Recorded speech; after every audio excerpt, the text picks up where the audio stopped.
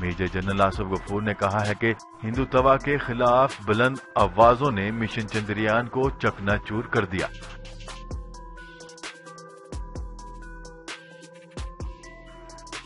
خبر کے اگلے حصے میں بات کرتے ہیں چین اور افغانستان کے وزراء خارجہ آج پاکستان آئیں گے۔ وزیر خارجہ شاہ محمود قریشی کی زیر صدارت مذاکرات کا تیسرا دور آج اسلام آباد میں ہوگا۔ تفصیلات کے مطابق پاکستان ایک مرتبہ پھر سفارتی سرگرمیوں کا مرکز بن گیا۔ اس سلسلے میں چین کے وزیر خارجہ اور افغانستان کے وزیر خارجہ سہ ملکی مذاکرات میں شرکت کے لیے آج پاکستان آئیں گے۔ اس حوالے سے ترجمان دفتر خارجہ کا کہنا ہے کہ پاکستان پاک چین افغان سہ افریقی مذاکرات کا تیسرا دور آج اسلام آباد میں ہوگا۔ وزیر خارجہ شاہ محمود قریشی سہ افریقی مذاکرات کی سربراہی کریں گے۔ مذاکرات کے ایجنڈے میں سیاسی تعلقات اور افغان امن عمل کے علاوہ سیکیورٹی تعاون، سداد دہشت گردی اور باہمی روابط کا فروغ شامل ہے اور مسئلہ کشمیر کے بارے میں بھی بات چیت ہوگی۔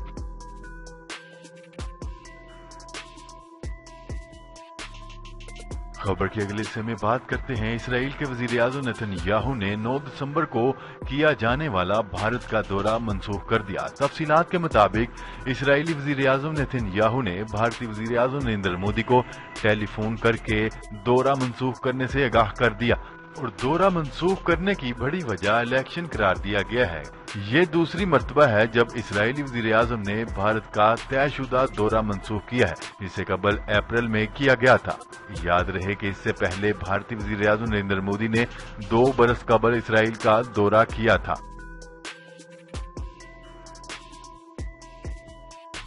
خبر کے اگلے حصے میں بات کرتے ہیں چین نے اسپائڈر ڈرون تیار کر لیا جو جال پھینک کر ڈرونز کو زمین پر گرا سکتا ہے۔ چین اب اپنے جدید ڈرون کے ذریعے ڈرونز اور چھوٹے طیاروں کو قابو کرے گا۔ چین کی ملٹری ویب سائٹ کے مطابق یہ ڈرون 16 اسکوائر میٹر کا جال پھینک کر ڈرون طیارے کو زمین پر گرانے اور چھوٹے طیاروں کو قابو کرنے کی صلاحیت رکھتا ہے۔ اس ڈرون کو چین کے ایرو اسپیس سائنس اور انڈسٹری کوآپریشن نے تیار کیا۔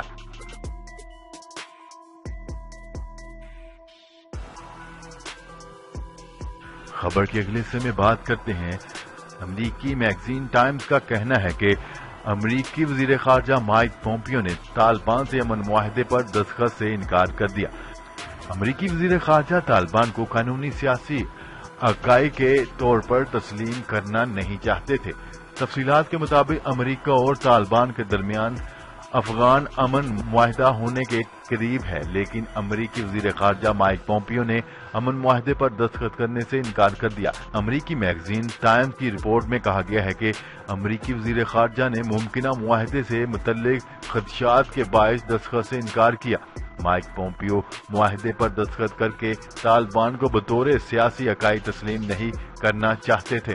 رپورٹ میں کہا گیا ہے کہ معاہدہ ہوا تو افغانستان سے 5400 امریکی فوجیوں کا انخلاء شروع ہو جائے گا۔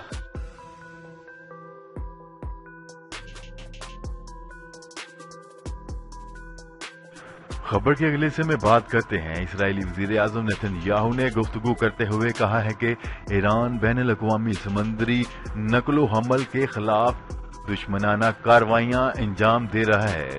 تفصیلات کے مطابق اسرائیلی وزیر اعظم نیتن یاہو نے ایران پر مزید دباؤ ڈالنے کا مطالبہ کر دیا۔ میڈیا رپورٹ کے مطابق نیتن یاہو نے یہ بات لندن روانہ ہونے سے قبل دیے گئے ایک بیان میں کہی۔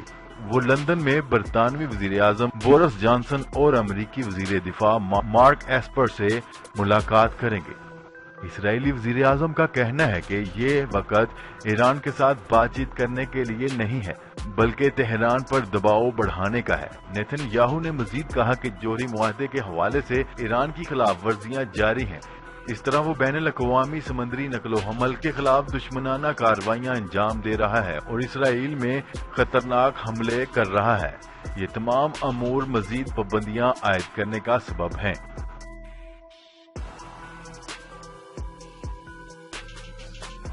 خبر کے اگلے اور آخری حصے میں بات کرتے ہیں امریکہ نے مقبوضہ کشمیر میں عائد پابندیاں ہٹانے کا مطالبہ کرتے ہوئے بھارت پر زور دیا ہے کہ وہ انسانی حقوق کا احترام کرے اور لوگوں کو موبائل فون، انٹرنیٹ جیسی بنیادی سروسز تک رسائی یقینی بنائے۔ تفصیلات کے مطابق امریکی محکمہ خارجہ کی ترجمان نے واشنگٹن میں میڈیا سے گفتگو کرتے ہوئے مقامی سیاستدانوں اور تاجروں سمیت بڑے پیمانے پر گرفتاریوں اور مقبوضہ علاقے میں عائد سخت پابندیوں پر تشویش کا اظہار کیا۔ ترجمان نے مقبوضہ علاقے میں موبائل فون اور انٹرنیٹ سمیت مواصلاتی بلیک آؤٹ پر بھی تشویش کا اظہار کرتے ہوئے بھارت پر زور دیا ہے کہ وہ انسانی حقوق کا احترام کرے اور لوگوں کو موبائل فون اور انٹرنیٹ جیسی بنیادی سروسز تک رسائی یقینی بنائے۔ جی تو ناظرین، آج کے لیے اتنا ہی۔ مزید خبریں لے کر بہت جلد آپ کی خدمت میں حاضر ہوں گے۔ تب تک کے لیے اپنا خیال رکھیے گا۔ اللہ نگہبان۔ پاکستان زندہ باد۔ پاکستان آرمی پائندہ باد۔